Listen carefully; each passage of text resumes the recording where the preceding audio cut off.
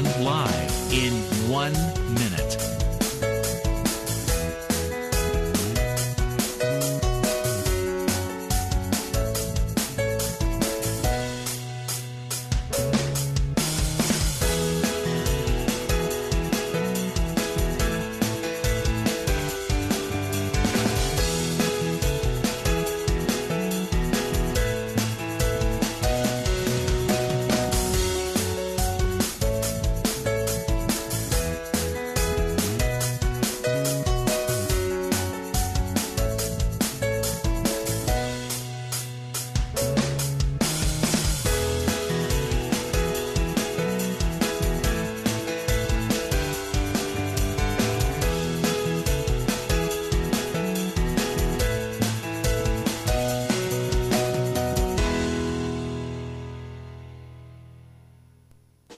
Welcome to Lynn Cullen Live at pghcitypaper.com. Email your questions and comments to Lynn at pghcitypaper.com.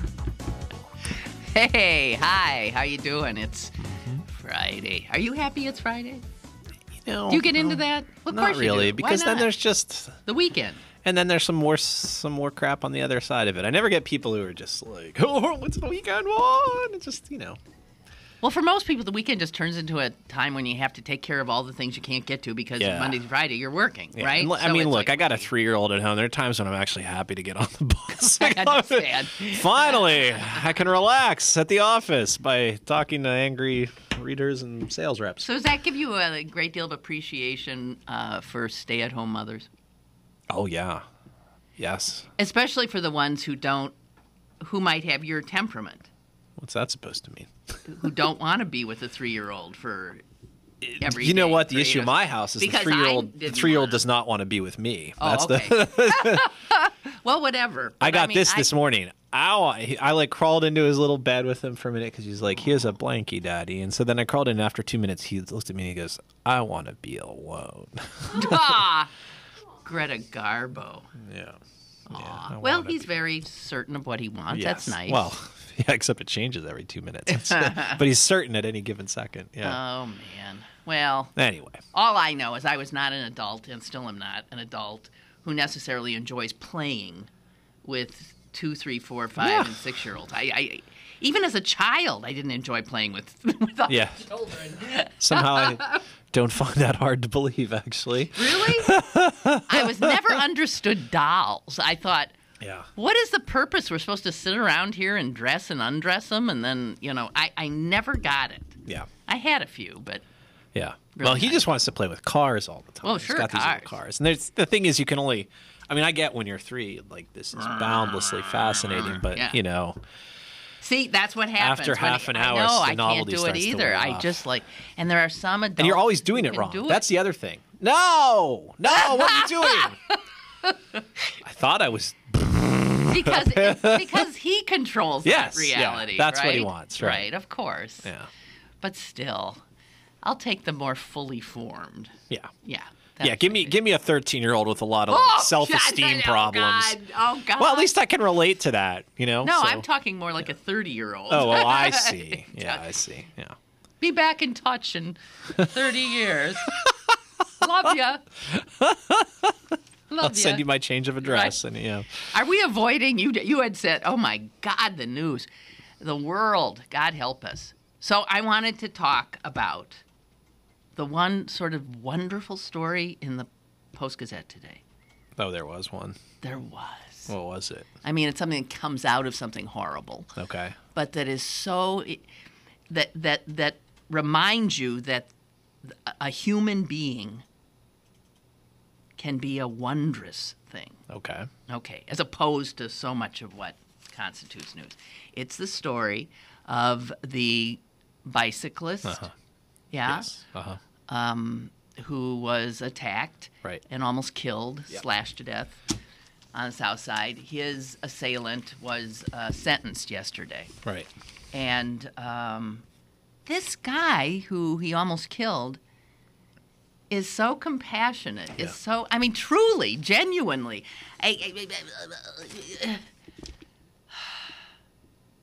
Shall I read it to you? Please. His name is Colin Albright, and I want I want to thank him for restoring temporarily my faith. At least until page 2. Yeah, I know. At least if you just, when you pick up the paper today, just quickly go to don't look at the top above the fold. Look right here in the little corner on the right. Colin Albright had just finished speaking to the judge about the man who chased him and slashed him nearly to death 2 years ago. Then the 26-year-old turned to walk back to his seat. He paused by the defense table, nodded at the defendant, Anthony Scholl, who was seated in shackles, and placed his hands on the man's shoulder. And then he, says to the judge, did you read this? Mm-hmm. Well, it is just, he gave an impassioned plea for his attacker to, quote, above all else, receive intentional, committed, and permanent provisions for his mental health care so that he's not abandoned and forgotten in the system and left to rot in prison. Which is what, of course, he was sentenced to. Yeah. The judge nodded, and then essentially sentenced him to prison where he will not receive the kind of care.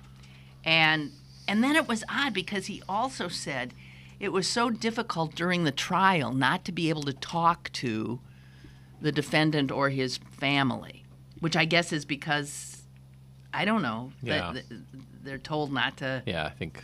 Whatever. Yeah. And he said one of the hardest things was that, having to walk past the defendant's family every day and not speak to them. I felt like it put a chasm between us and said, I'm angry at you and you're angry at me and we don't like each other. Speaking to them Thursday made him feel better. It was a relief to be able to talk to them and know that we felt the same. I felt there was a lot of mutual sympathy between us, and that's how it should be. And he also went on to say, I'm not the all good guy. He's not the all bad guy. This guy suffers from... There's a good person. Right. Jeez. There's a good person. Yep. That's all you have to say. That's all I have to say. I'm sorry. You're not willing to be pulled out of your horror at human action and reaction. Yeah. I mean, isn't that in a way, the system clanks along regardless of the intentions of the individuals caught up in it, right? Yeah. But there's another thing in the paper today that does sort of put the kibosh on one of your truisms. What's that? That a jury will never find a Pittsburgh cop guilty. Yes. Hey? Yes. I've thought about that. Yeah, that was 2 days ago. But yeah, right. No, but it made the paper today. Yeah, I didn't know about it until then. Well, I don't know where that is. Yes, very interesting. Okay, here. And a black man. Yes. And were the cops white? I don't know what the cops I don't were. either. Probably on a statistical odds basis. are. It's pretty likely, yeah. Odds are. And this guy also, so how come him and not Jordan? Well, I do think one crucial difference there is there was a witness. That there was a witness. Yes. And what I've generally said, I agree with you. I was very surprised by this outcome because as a general rule, it doesn't happen. What is certainly the case is that the whole justice system is designed, and rightfully so, arguably, or at least understandably so, to take the words of police officers above those who they encounter. Beaten up black people. So that may be the difference here, is that there was an independent witness who saw this thing go down and really and had an account very much at odds with what the police themselves contended. And it is interesting to think that Jordan Miles did at least win sort of a partial victory there. Partial. There's a Post-Gazette reporter who tweeted this story out and said, you've had two verdicts against Pittsburgh police. Is there some kind of, does this speak to maybe their standing even in the community? Does this? Yeah, I don't know. There's that old joke about if a thing happens twice, it's a trend story. But I can certainly remember back in the mid-90s, when the last time there was this really sort of public groundswell about police accountability or the lack thereof, and when there was the vote for the the Civilian Review Board. Right. How many of those votes? It wasn't just the black neighborhoods that voted for it. There were a lot of votes for it in places like Beachview and largely white communities that have no small number of public safety employees in their midst. So, maybe at some point this stuff just gets out of hand and that just sort of filters into people's consciousness. I don't know. Well, we still don't have a police chief. Yeah, we don't. Isn't that? It does. I appreciate the due diligence that apparently is going on, or maybe they're really having trouble finding anyone willing to take on the job at the price they'd be paid for taking on. I don't know. You got to remember that in defense of the Peduto administration, the mayor's first step, logically so, was to hire a public safety director who the chief would be reporting to. Right. And that, as we know, that process did get a little bogged down because the first couple people they approached did not accept the job because of the requirement to move and some salary stuff. So that got delayed several months. And now I think you're kind of seeing the traffic, the resulting residual delays, as they say on the morning traffic shows, from that. But yes, I do think we have some online stuff about this. You may remember the Ariel Lother, the young woman who got into an altercation with a police officer at the Pride Festival, and the mayor had said, this officer will be off the streets for 30 days. We're going to ramp up a thing, and he later said, we're going to have this wrapped up in 30 days, and 30 days passed this week. Nothing happened? Nothing happened. The officer is still in his warrant office. It takes time to suss these things out. But, it is kind of like this is sort of the first kind of police accountability issue to happen on his watch. And, it might arguably be pretty nice to have a police chief in place to kind of help negotiate that stuff. Indeed. Yeah. I've heard there's some – where did I read that? There's a few little snipey things going on between – or it's, I think, the mayor and someone who you consider that they would normally be on the same page, which is Vic Volchek at the ACLU. Yes, that was very interesting. You're referring to a story by in the Post-Gazette. Explain this to me, because I'm sure they know each other, and I'm sure they probably have been cordial in the past and almost always on the same page. But the mayor took a swipe at him, didn't he? Well, I think Vic took a swipe at him by saying it's kind of time to put up or shut up. I think was it wasn't clear to me from the story. We're kind of looking at this angle, so I don't want to say too much. But from that story, it was not clear exactly what Vic wanted the mayor to do. Exactly. Was there a specific thing they were talking about? There wasn't. It was just, I think there's just this general kind of feeling of the police. When are you going to kind of put a stamp on this thing and really start to put it through? And it was pretty clear that Peduto was annoyed. Yes, annoyed and surprised by the attack, by the criticism. Okay. Yeah. All right. I vaguely remembered that, and it was a vague. It was sort of an odd. Yeah. It was sort of an odd exchange because it just was not clear exactly what it was about. Yeah. Oh boy. Okay. Well, I must say, I left the studio yesterday, got on the bus, and then got in a car, and then turned on the car radio, and I heard some talk show guy say, "Oh, man, no. Oh, God, I can't believe this. No. Not another. Oh, my God." And I thought, what's he talking about? And I could tell it was something bad. Horrific. Yeah. Horrific. And I thought, what? What happened? Okay. This is so awful. Yeah. And it seems so clear what happened. Seems really clear. And there seems to be so much incriminating evidence. It's ludicrous. Yeah, I was listening. What ends up happening here? The Russians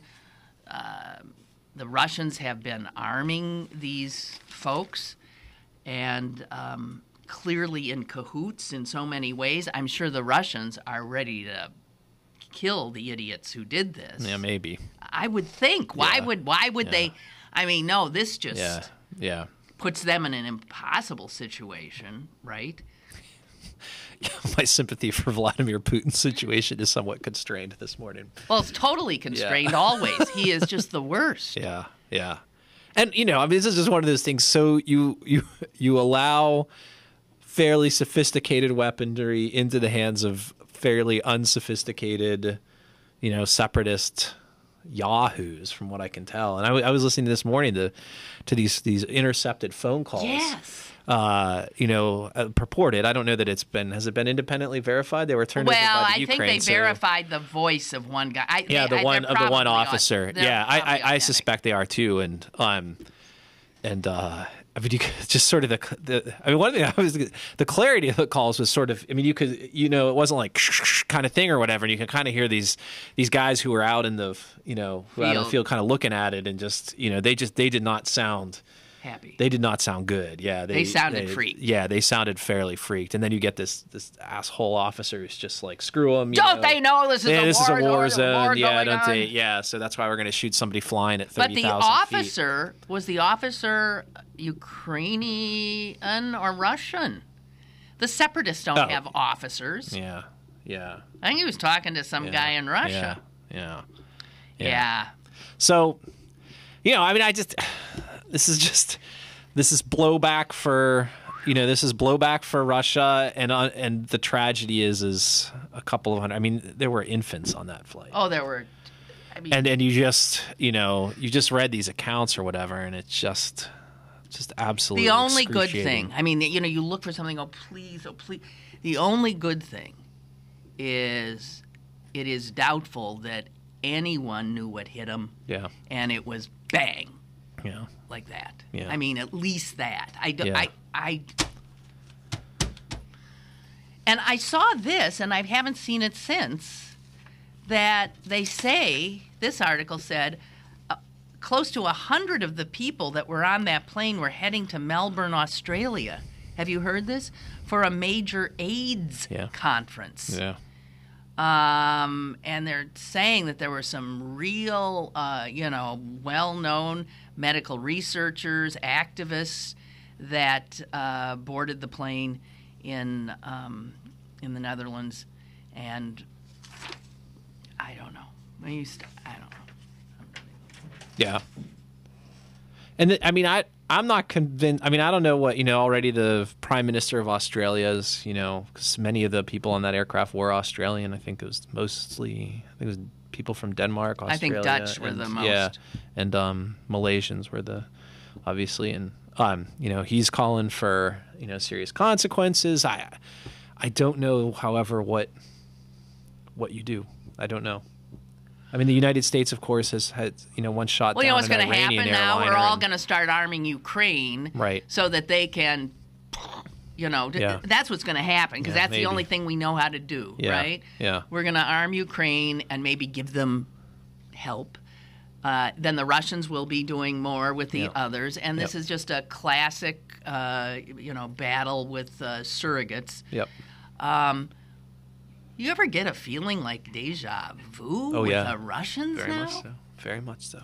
Very much so. And I mean, I'm no expert on the Russian political scene or whatever, but from what I could see, Putin within his own population is popular. Is very popular because he's gotten into this nationalist and also gotten into nationalism and also gotten into the grievance that the Russians have felt about the destruction of the Soviet Union. And he already has been, what's he done since he's been in? He took, I know he took Crimea, but he took something else before he meddled with the Georgians, of course. The Georgians. Yes. Okay, so it's clear that ideally, I mean, in his mind, he would take back what he considers his. Yeah. The Soviet Union. Yeah. And let's be honest, the fall of the Berlin Wall was not some unalloyed triumph for the forces of free market capitalism and democracy. And in some ways, we're kind of reaping the whirlwind here. We have the call. Hello. Yes. Good morning. Morning. Hi. Hey, this all stems back to the previous President Bush and his policies in the foreign area. That's why we have all these people we're not credible over in other worlds anymore. Nobody cares what we say. Right. This is why this is flaring up everywhere in Iraq, wherever. We've pissed people off So payback is a bitch. That's all I can say. And another thing, what the hell is wrong with the Malaysian government letting these people fly over a war zone? Dumbasses. Goodbye. Okay, listen. I mean, there's an international, air, blah, blah, blah, blah, and that was still a perfectly that was an agreed upon flight path. There were other countries. It's not just Malaysia. I mean, there's tons of passenger carriers that were. Although, did you see the maps yesterday? They showed there were like these real-time maps of air traffic, and there's just this big sort of donut hole around going around. Yeah, now, I don't want to blame the victims here, too. I mean, like you say, that could have been any number of aircraft going to any number of destinations. And a number of aircraft did, in fact, go over that airspace and not get shot out of the sky. I think that caller is certainly right that we are reaping a lot of the. I mean, this is a. Remember, George Bush looked into Vladimir Putin's eyes and saw his soul. And apparently he saw a warm and cuddly soul. Yes. It is astounding. It is really amazing how much one guy can really get wrong in the course of 8 years. I mean, and let's be honest. I mean, you look back at. I mean, remember the end of history? Remember that book? After the Berlin Wall fell, this was supposed to be Francis Fukuyama. Yeah, this was it. Liberal capitalism. We won. We won. This is it. This is the way to go. Da da da da da. And I think everyone we as a country just got so complacent, and maybe to some degree you can understand that. Here was this ideological battle that cost us, untold billions, trillions, maybe even of dollars over 5 decades. And we just got comfortable and just, started building McMansions and doing whatever and inflating stock market bubbles. And we just kind of stood by and just let gangsters, take over Russia, and we enabled that. Capitalists. Yeah, that's what I mean. They were capitalist gangsters. That's exactly right. Capitalism comes to Russia, and it looks exactly like gangsterism, and it was. And this is and I think it was I think there's an ideological blind spot which we our friends and neighbors on the right still don't see, which is capitalism works within a sort of framework of institutions and trust and regulatory. Left unfettered. Yes. Left unfettered. It is.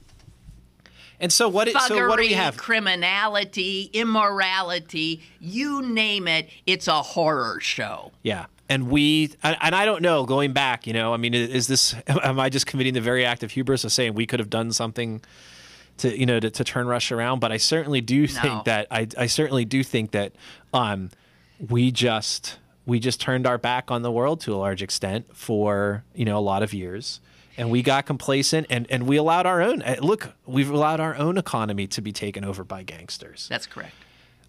So what's happened, and there's an argument, in the shock doctrine or whatever, that the only thing that was compelling capitalism here in America to be humane was our concern about that it was the Russians, and we had to present a face of capitalism that worked for people. And that once communism fell, all of a sudden capitalism didn't feel like it had to answer for anything anymore. I never heard that, but that sounds so deregulate. Smart. So tear up the safety net because you don't have anything more to prove. Right. We won. Screw y'all. Over there and over here. It really is now a game of Monopoly, and Monopoly ends when one huge entity is going to pretty much control everything. Look at this stuff going on in the telecommunications. We were talking about that yesterday. I'm sure you were. It's unbelievable. It's unbelievable. Okay, so with that, did you see this guy? This is a memo. I can't see. Oh, okay, go ahead. I'm not sure. Written by a guy named Nick Hanauer, who you probably never heard of. But he was he lucked out in that he knew somebody named Jeff Bezos. Yeah. Now him I've heard of, yeah. You mean the publisher of the Washington Post? Yeah, right. And best known for his investments in daily journalism.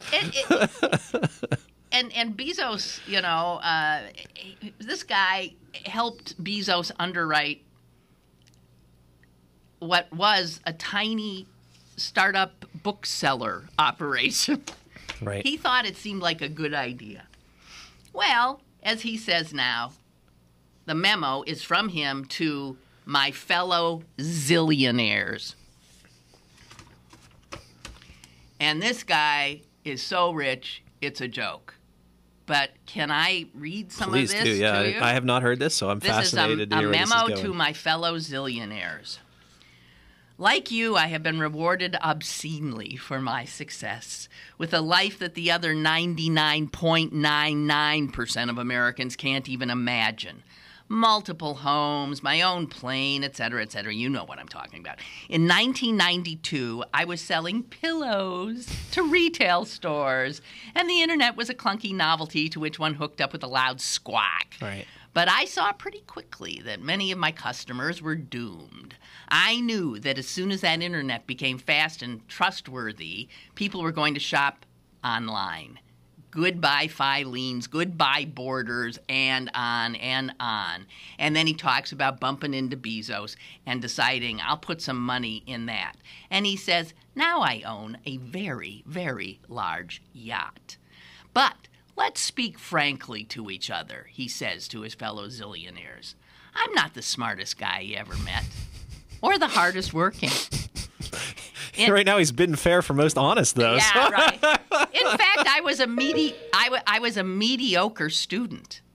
I'm not technical at all. I can't write a word of code. What sets me apart, I think, is a tolerance for risk and an intuition about what will happen in the future. Seeing where things are headed is the essence of entrepreneurship. I think I see where this And is what do I see Right. Okay. in our future now? I see pitchforks. Okay, wait. See, Okay. in your dreams. Okay, whatever. At the same time that people like you and me, he says to the zillionaires, are thriving beyond the dreams of any plutocrats in history. Right. The rest of the country, the 99.99%, is lagging far behind. The divide between the haves and have-nots is getting worse really, really fast. And then he goes into some of the numbers. Right. But the problem isn't that we have inequality. Some inequality is intrinsic to any high-functioning capitalist economy.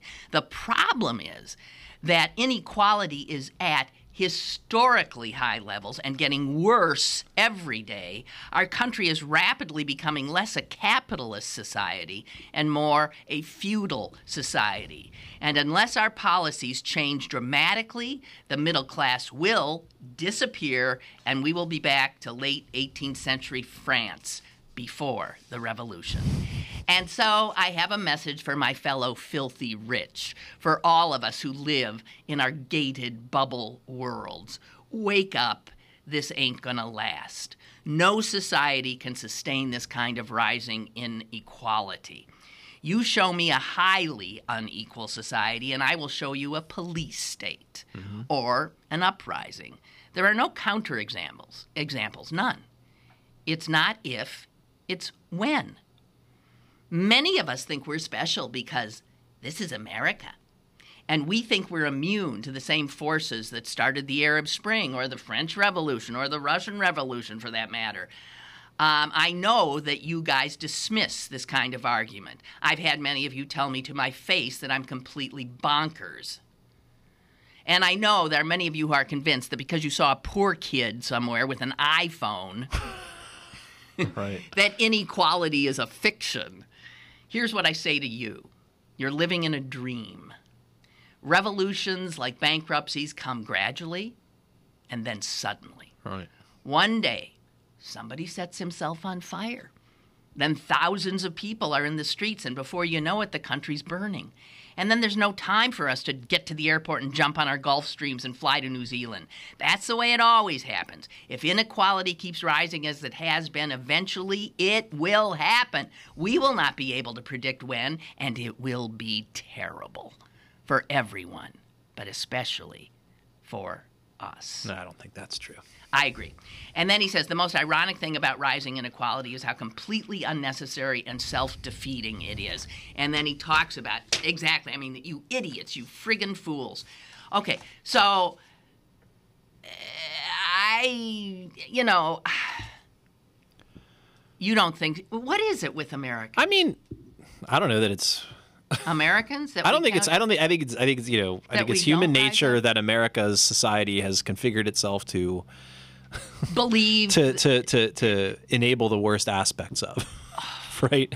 I mean, so that's what I think it is. I don't think Americans as a people per se are any more or less moral than people from other parts of the world. I think of have course a society. I think just we have a society that allows us to indulge our worst instincts to a greater extent than most other advanced post-industrial economies. But what do you see as? I mean, we see you and I agree with his assessment of where we are, won't we?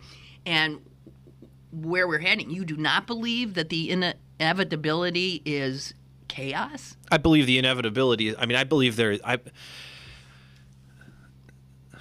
chaos. I mean, I think a police state is also and in fact maybe a more likely 1984-ish kind of or something not quite as where they win, where the corporate I mean, look, even the Great Depression, which led to the New Deal. How many plutocrats were guillotined as a result of that? How many cases were there in the entire late 1920s, 1930s of some rich person ever actually suffering a consequence at the hands of an angry mob? I'm not aware of any. Right. I mean, a lot of them, some of them threw themselves out of windows. I was going to say they and stuff like that. But that wasn't stuff that some angry mob did. And if anything, I think the ability to abscond is greater now than it was back then because there are the planes, there are there are these offshore tax havens and things like that. So I think these guys, I don't know that. I mean, I suspect this guy's talked to more zillionaires than I have. I don't know that, but I don't know that they don't think it'll happen. I just think that they don't think it'll happen to them, and that's not an irrational thing for them to believe based on American history, and based on where this, look, I mean, I'm sure you talked about this yesterday because, but I mean, who is stopping the Comcasts of the world and the Time Warners of the world? Nobody anymore. Nobody. And so that came up.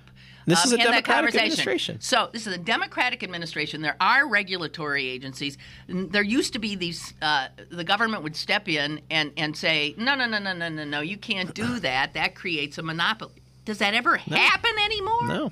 No, it does not. And I think what you're seeing here. I mean, I'll confess. A few weeks ago, I read Dave Edgar's book, The Circle or whatever, which I sort of thought is this sort of ham-fisted satire. But increasingly, I kind of think there might have been something to that. It was this article it is a novel-length sort of satire of Silicon Valley and social network culture and kind of where it's headed. And there's a totalizing and a totalitarian inherent property to that stuff. This sort of bigness. What is it that Edward Abbey once said, that growth for its own sake is the psychology of the cancer cell.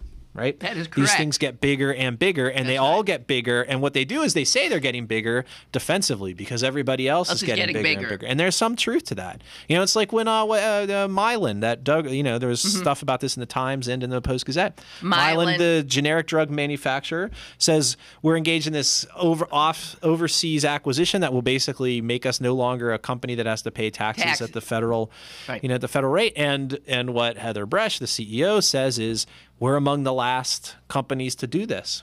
And so she's not wrong about that. There's no such thing as an American corporation anymore. I mean, a major, mega corporation. The rules are all written for them to not pay their fair share, nowhere near it. Yeah. We live in a plutocracy where so you would the not occasional democratic moment is more often than not turns out to be purely for show. Yeah.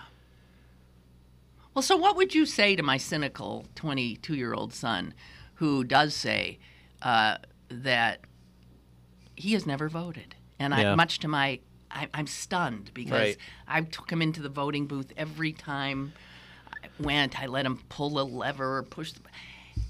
He said, and now, granted, that's sort of where young men's heads are, maybe, or young people's heads. But what do you say to them?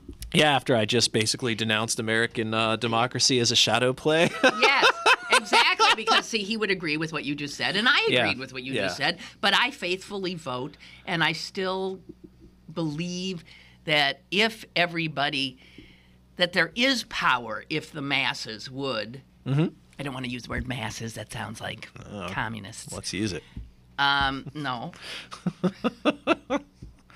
I mean, what scares these people? That's the it. commie sure didn't get anything right either. No. Okay, so you wouldn't know what to say to my kid. I mean, what I would probably say is, what are you going to say to your kid? If you're not voting, what are you doing?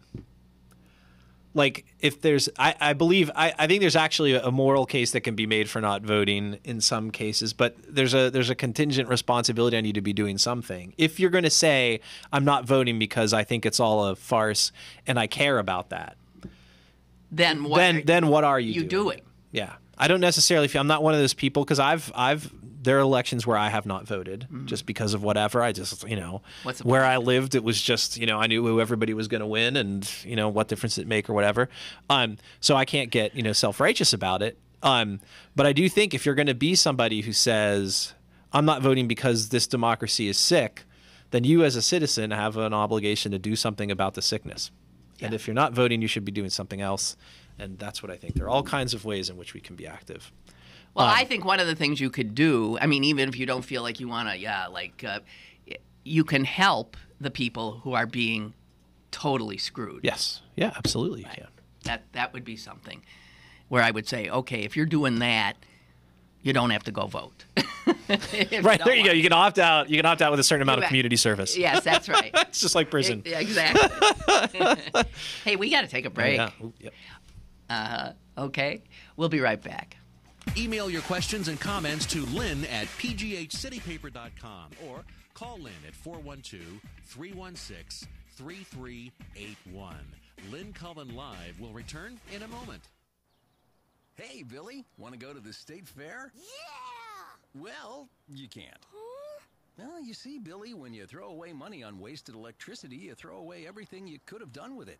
But now your parents are becoming energy efficient. They could save hundreds of dollars a year and take you to the fair next year. I want to go now. I know you do. Saving energy saves you money. Learn more at EnergySavers.gov. Brought to you by the U.S. Department of Energy and the Ad Council. Pittsburgh City Paper's annual City Guide magazine is available now. Pick up one for a special look at the unique neighborhoods of Pittsburgh, plus the most complete guides of restaurants, bars, nightlife, festivals, exhibits, entertainment, and culture in the burg. Pittsburgh City Paper available at over 1,700 locations throughout western Pennsylvania and on the web at pghcitypaper.com, on your smartphone at citypapermobile.com. Now, it's back to Lynn Cullen Live at pghcitypaper.com.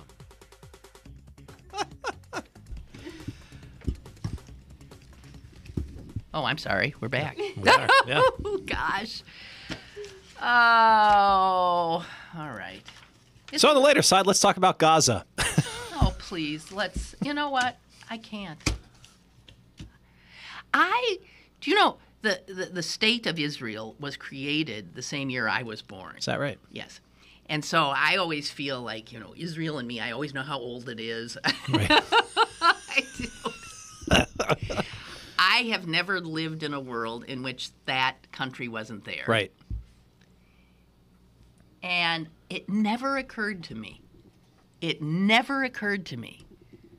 that it wouldn't continue to be there. Right. And now I actually think I might survive it. I don't see how it survives. Yeah, this what's happening now does not make I just don't see how it survives. I mean, what's happening now is no different than what happened. I mean, there's so many. You can go back to the beginning. Right. How does that country survive? It has been essentially delegitimized in 98% of the world. Right. I mean, so whatever it survives because whatever global guilt, I think, allowed it to be birthed. Yeah, is done. Cashed in. Yeah, apparently it's out. done enough. I don't see it surviving, but I don't see all of those people leaving. So what's going to happen? Eventually, I don't know, and that's why I never talk about it, because I cannot see an end that is not just drenched in blood. Yeah. In a way that could, in fact, pull the world into horror. Because the Middle East, the whole, you talk about dysfunctional families, and then maybe some dysfunctional countries. This is a whole dysfunctional hunk of the world. Yeah, but why does the world have to get dragged into it? Well, if I'm China, what do I care? Because of the oil. No, but the oil isn't in Israel. No, but it's okay. So you So don't what happens care. to- so what happens Israel to- doesn't have any of that. So what- Israel has human capital. That's what it's always had. Yeah. So, but if I'm China, why do I care what happens to Israel? Why do I feel like I would have to commit anything to You that? don't. If I can keep Iran or Saudi Arabia, if I can keep that stuff running, and look, Nigeria is a failed state, and yet they produce crude oil all the time and sell not a small amount of it to China, if I understand correctly. So, Well, it the doesn't- only really functional state in that region with a good economy is Israel. Yeah, but why do if your business is resource extraction, you don't need care. a functional state. Yeah. Oh, I mean, okay. in fact, there's a pretty credible argument that Well, what do you see? it's called a resource curse, which is because it's easy to make a lot of money taking oil out of the ground. don't have to do a damn thing. You don't have to do anything for your people Yeah. except keep guards posted around the oil rigs. Okay, so look ahead. Yeah. Look ahead 20 years. Yeah. What do you see? I mean, I also suspect. I mean, what seems like is going to happen now is the emergence of just, the further emergence, I should say, of an apartheid state that will have no legitimacy outside the United States. The United States will continue to support it with money, with munitions, with whatever. It will become an increasingly difficult thing to justify, but we will continue to do it. Do you see any, and I hate getting into this argument, do you see any reason, as you sort of look at the history, how this, what you're calling an apartheid state, was sort of destined to exist, given that it was created in the midst of Right. a totally enemy population? Right. So that the only way it can survive is building walls, they don't see any other way. But they're not just. I mean, look, they're not just building walls. No, I agree. And The settlement stuff is outrageous. And this, to me, it's easy to say. It's easy to say. Well, I'm an English major. I don't have a degree in any of this stuff, and it's easy to second guess what any country does.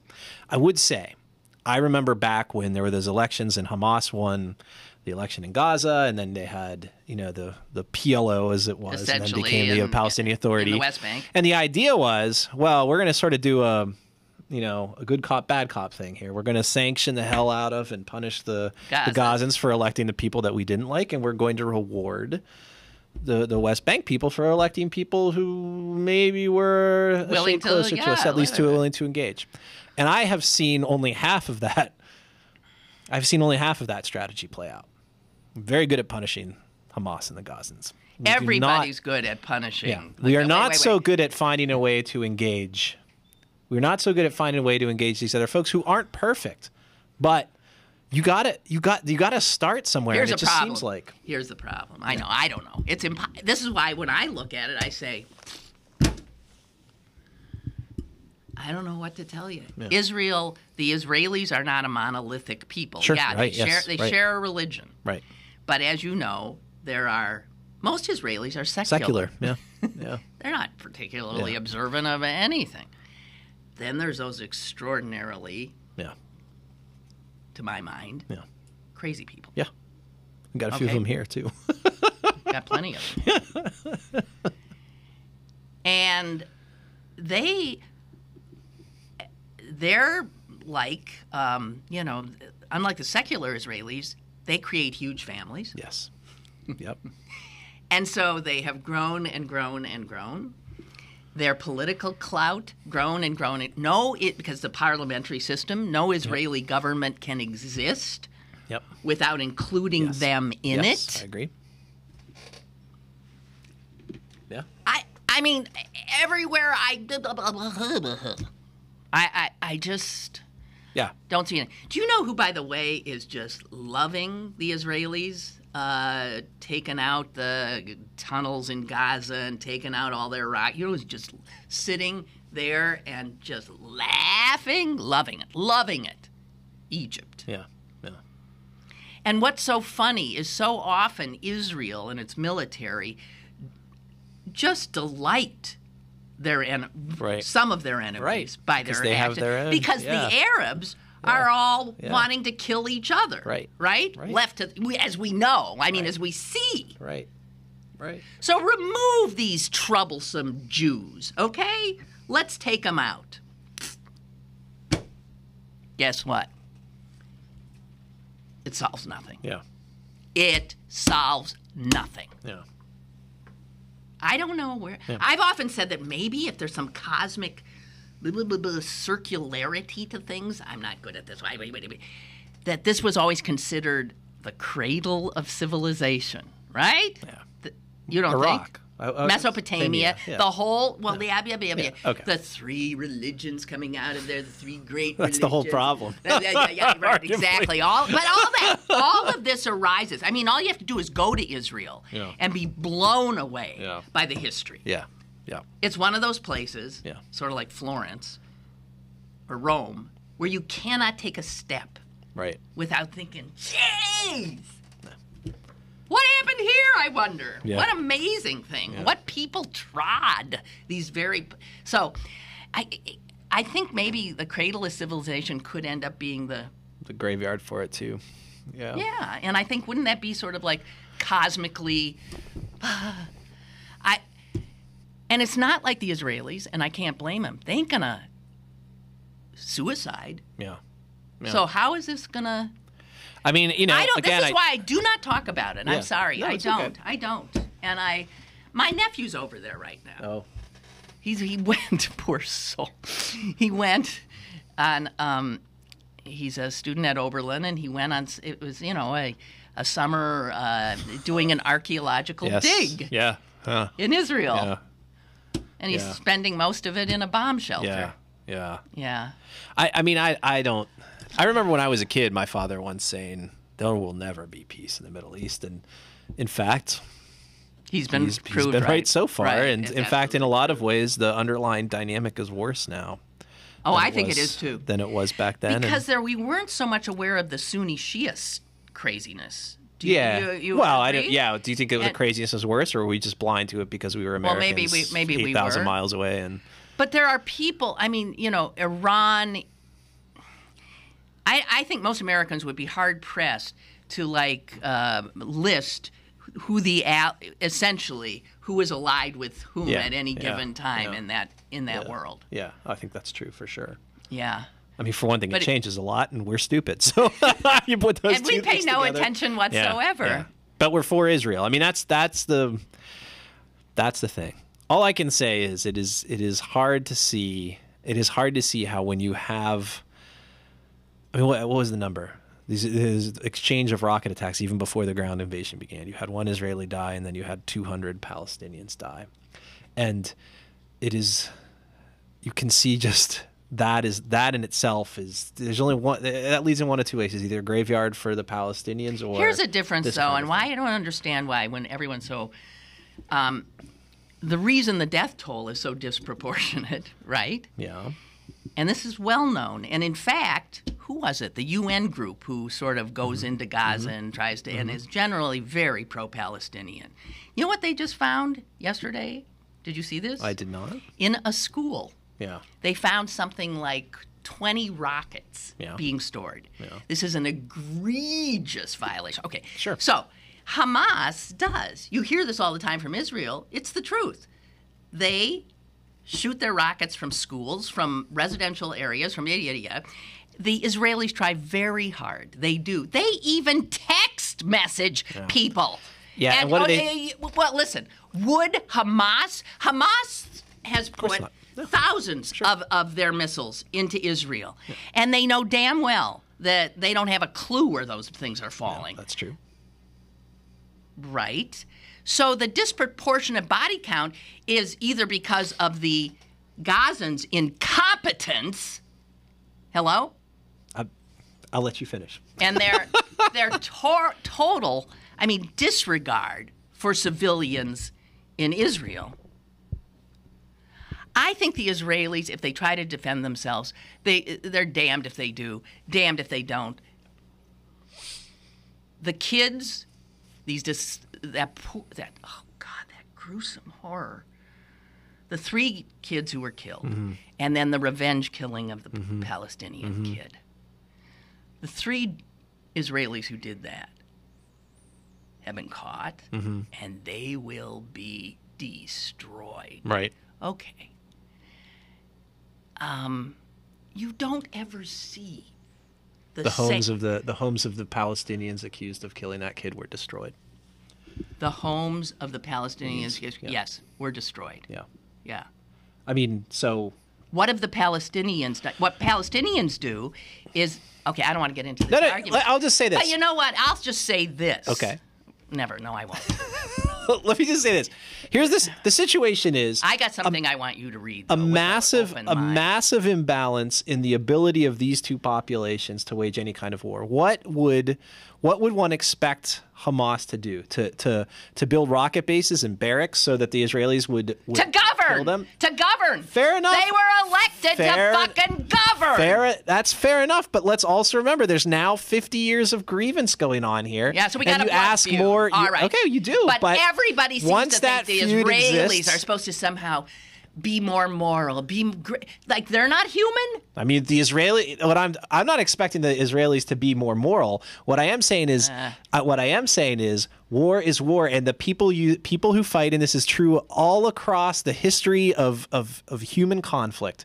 People use the weapons they have at hand. They use the battleground they find themselves on. You put people in a tiny constrained area. The whole of Gaza is a residential area. And that's where the Gazans are, and that's where Hamas is. So if you're going to say, well, they're fighting from a residential area, where else would they fight from? That's what they got. That's their land. And if they're going to fight at all, and apparently they are, that's what's going to happen. Well, that to me, I'm not saying they're any more moral or less moral. I'm saying that what I'm saying is there's not some asymmetry in terms of morality here. There's asymmetry in terms of the ability to do, and there's asymmetry to wage war. In the reaction to everything to see Israel's fault always, and to always look the other way. I can't. And that is the truth. Except in the United States. In the United States. No. You don't think the cause of the U.S. government, perhaps, but you don't think that would be an interesting question. Actually, I'd like to see what the average, if they were polling or whatever. And I don't know what the answer to that is. No, I think a lot of Americans are on Israel's side, a lot, and the ones that are not on Israel's side are the lefties. Simple as that. And there's some truth to that for sure. There's absolute truth to it. Right, which is enough to make me abandon ship sometimes. Here it is. Right. Raymond Martin checking in regard to your thing about China. What does China have to do with it? Right. He says, the reason the world cares is muscular escalation. Israel versus Iran drags in Pakistan, drags in India, drags in China. And so that's always the way it works. Well, Israel versus Iran isn't Israel versus Palestine, or the Palestinians, though, right? No, but Iran is the Hamas is a surrogate of Iran. Yeah, sure. Yes. Yeah. Okay. So at some point, Iran jumps in. And Iran has said, we're taking Israel out. Yeah. Israel does almost everything it can because they take that threat seriously, as I think they should. Yeah. I don't know what to tell you. He's right, though. No, I don't know. Why we care. I think, well, I don't know. I don't know. Okay, let's avoid this. Ansel says his kid doesn't vote either. Oh, good. See, they're not. Well, I don't. My youngest daughter isn't registered. She doesn't. My son is, so he's been called for jury duty. I said, well, at least why? She'll tell you she doesn't want to expose herself to jury duty. I didn't even know that's where you're going. That's a good answer. I can't convince her otherwise, and she's of the opinion that her vote doesn't count. Damn kids. Yeah. Well, don't let your daughter hear that my son did register. He has not voted, and he has been called for jury duty. So that's the worst of both worlds. Why did he do it if he wasn't going to? Because I don't think he knew he wasn't going to. Oh, I see. And I do think I was pushing it a lot. Okay, so I don't know that he did it because William writes, for me, it's simple. If you don't vote, you're voting for the other side. Yeah, that's whatever. There's that no is. question that that's true, right? Isn't that? Would this not be a much different? Even putting aside all we said, the plutocracy insists on its own prerogatives. I don't think that changes ever. Ever. That said, it's possible to imagine things that the plutocracy doesn't particularly care about or may even be friendly to. And I can think of some social issues or whatever where you could actually affect change by voting for that. Whereas the majority of the American people, I think, supports anti-discrimination against LGBT folks. There's increasing numbers who support same-sex marriage rights. They're against all these things medical that seem marijuana to be happening. The Hobby and Lobby decision, what? It's because the old Christian geezers and those red state voters do turn out. And they're not as sophisticated as us. They believe that voting actually matters. And guess what? They're right. On the issues, on a lot of those issues, they're absolutely right. Well, in 30 years, they'll be dead. Yeah, but you know what? I mean, in 30 years, it'll be over anyway.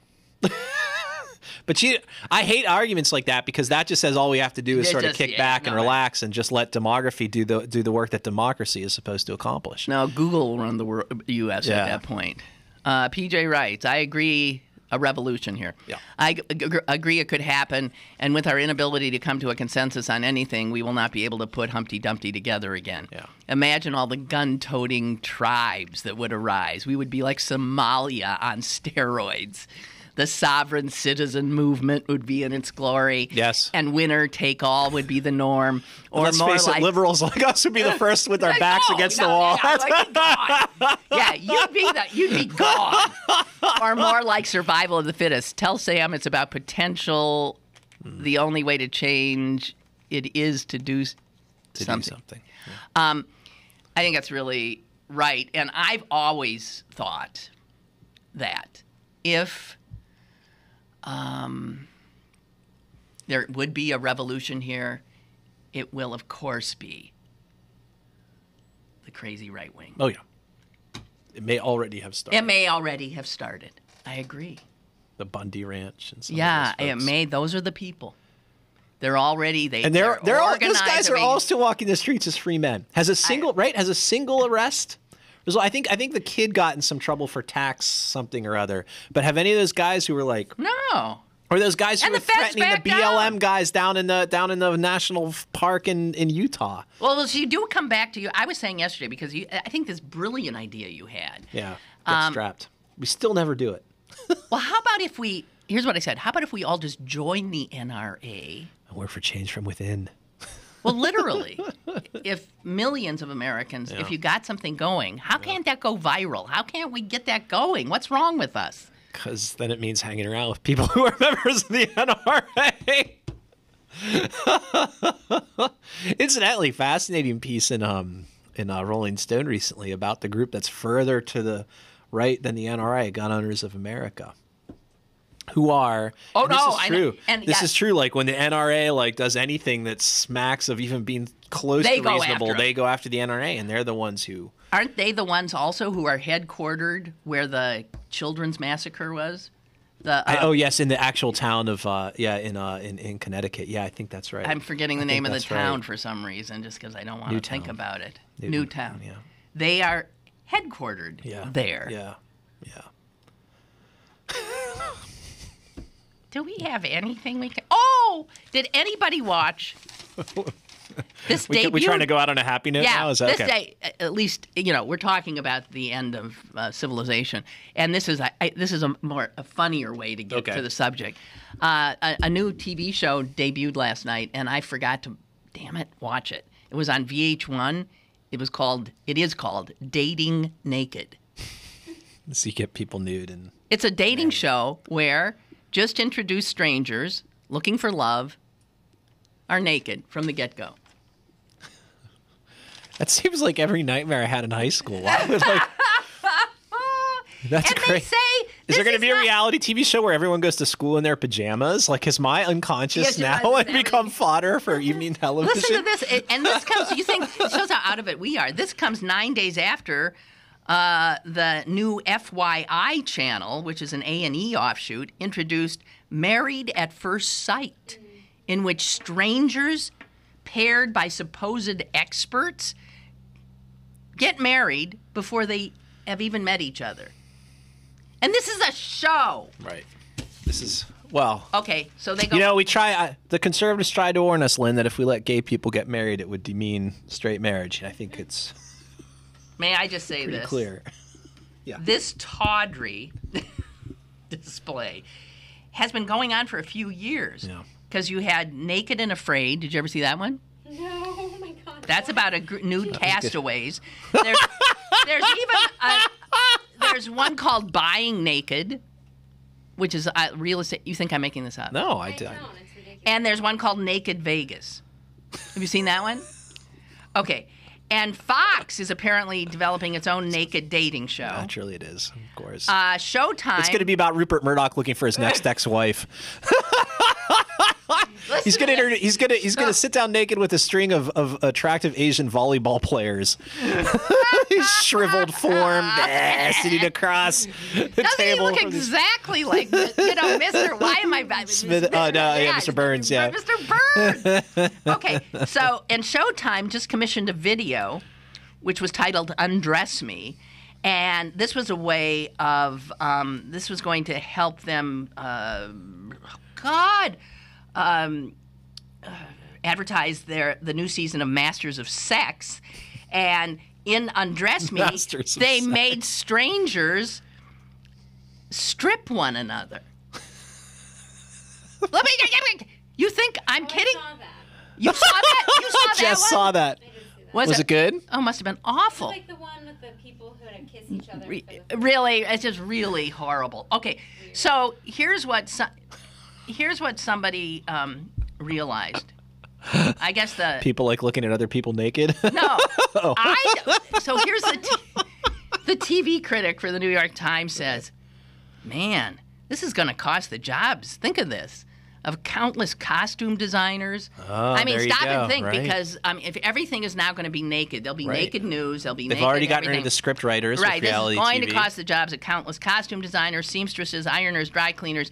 Several Emmy Award categories are going to completely disappear, though they probably will have to add a new one for outstanding blurring of crotches and nipples.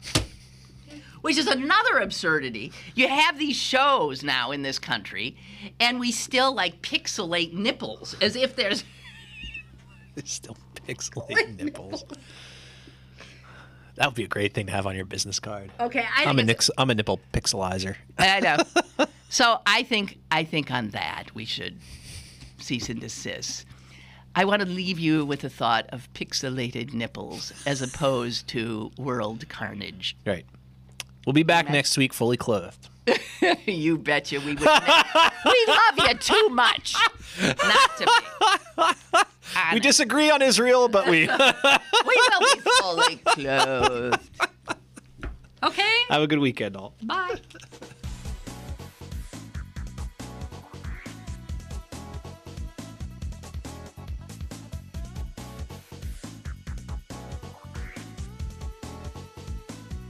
Lynn Cullen Live, Monday through Friday from 10 a.m. to 11 a.m. and archived at pghcitypaper.com. The opinions expressed on Lynn Cullen Live are those of the host and do not necessarily reflect the viewpoints of Pittsburgh City Paper, Steel City Media, and its advertisers.